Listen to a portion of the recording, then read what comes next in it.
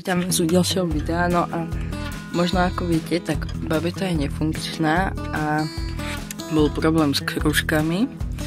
Ten už som vyriešil, tak sa naskytol problém s týmito vecmi, čo držia hlavu, tými tyčkami so závitmi.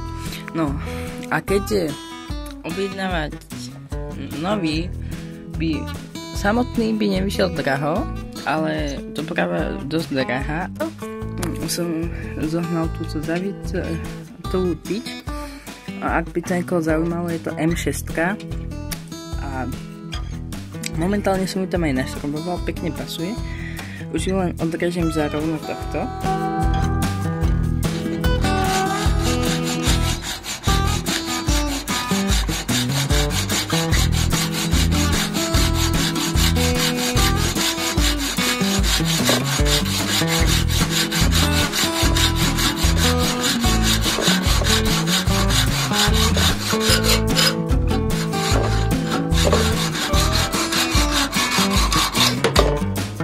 No teraz si to zoberiem a tu mám. A si to pekne opilníkujem.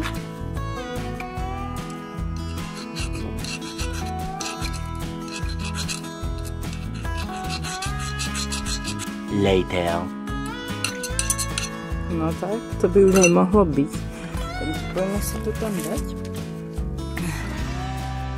Najradšej by som bol, keby to tam šlo z tej odvracenej strany, no tak vidno.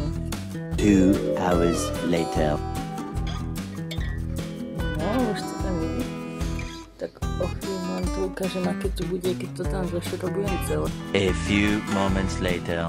Čiže zašrobované by sme to už aj mali. Je to úplne to isté. Mám ten, že je to trochu menšie, ale to je to zatlačím. Lavičku.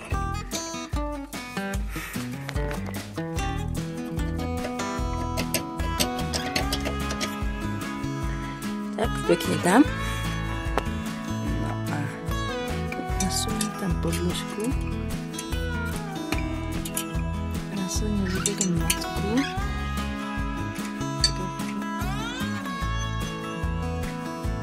Kým to ide o lavičku, tak to len takto. Ono postupne každú ľahko a potom trošku silnejšie, ale neprehnať to, aby sa tak nepoškodili tie tyčky.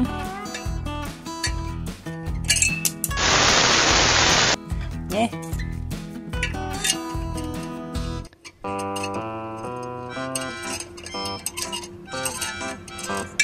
Three hours later.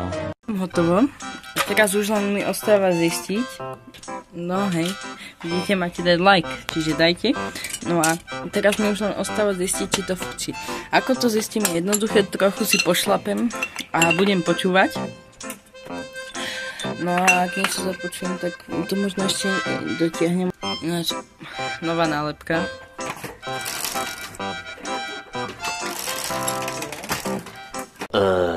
Teda ale nemusíme takieť.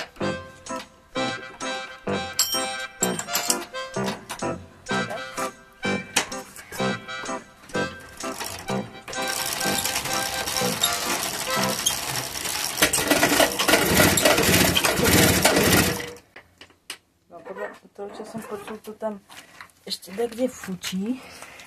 Neskôr som sa to ešte snažil uchytiť, ale zistil som, že mám problém so závitom. Čiže babeta stále nejde. A týmto sa s vami lúčim a dovidenia u ďalšieho videa.